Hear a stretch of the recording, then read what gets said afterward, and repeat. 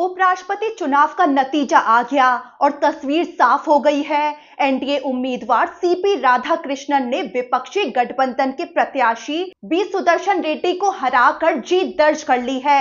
वहीं बड़ी बात यह है कि एनडीए कैंडिडेट के पक्ष में 14 सांसदों ने क्रॉस वोटिंग की है।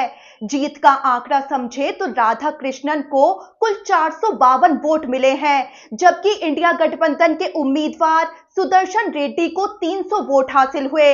यानी राधाकृष्णन ने 152 वोटों के अंतर से जीत दर्ज की है। जीत के लिए जरूरी आंकड़ा था 392 वोट, जिसे एनडीए उम्मीदवार ने आसानी से पार कर लिया। अब वोटिंग और क्रॉस वोटिंग की बात करते हैं तो इस चुनाव में कुल 782 सांसद वोट डालने के पात्र थे, लेकिन मतदान हुआ 767 सांसदों का। इनमें से 15 वोट अमान्य पाए गए। बीजेपी ने दावा किया है कि विपक्षी खेमे के 14 सांसदों ने क्रॉस वोटिंग कर एनडीए उम्मीदवार का समर्थन किया है। एनडीए के पास अपने 427 वोट थे।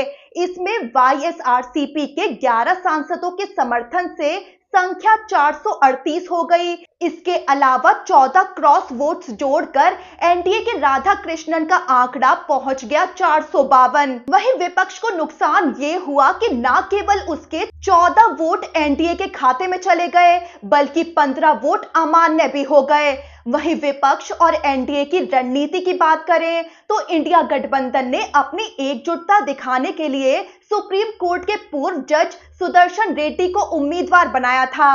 वोटिंग से पहले सपा अध्यक्ष अखिलेश यादव ने दावा किया था कि क्रॉस वोटिंग की वजह से जीत विपक्षी उम्मीदवार की होगी, लेकिन नतीजों ने दिखा दिया कि क्रॉस वोटिंग का फायदा उल्टा एनडीए को ही मिल गया। वहीं सुदर्शन रेड्डी ने अपनी हार स्वीकार करते हुए बड़ा बयान दिया है।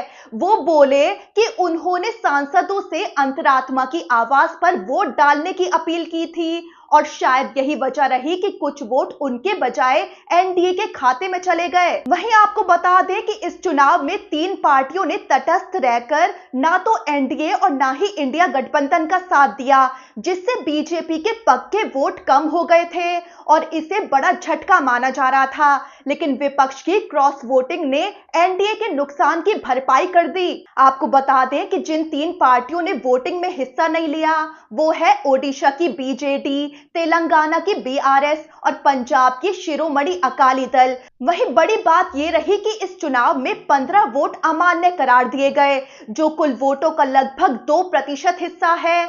विशेषज्ञों का मानना है कि सांसदों को भविष्य में और बेहतर ट्रेनिंग देने की जरूरत है, ताकि ऐसी तकनीकी गलतियां और अमान्य वोटों की संख्या कम हो सके।